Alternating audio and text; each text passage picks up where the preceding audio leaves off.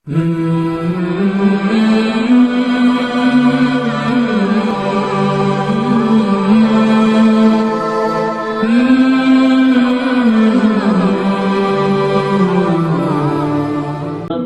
ইবনে আযিব রাদিয়াল্লাহু তাআলা আনহু থেকে বর্ণিত, তিনি বলেন, সুদের ৭২টা স্তর রয়েছে।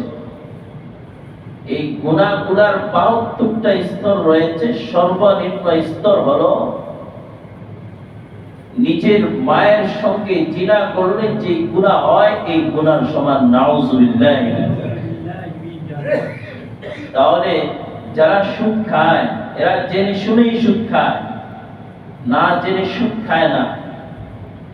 তাহলে যদি অল্প একটু সুদ খায়, এর সর্বনিম্ন গুনাহ হলো নিজের মায়ের সঙ্গে জিনা করার। আল্লাহর নবীর সাহাবী হযরত বারা ইবনে আযিব রাদিয়াল্লাহু তাআলা আনহু থেকে বর্ণিত, তিনি বলেন, قال رسول الله صلى الله عليه وسلم الربا 72 بابا أدناها مثل إتيان الرجل أمه وإن أرمى الربا استطالة الرجل في عرض أخيه।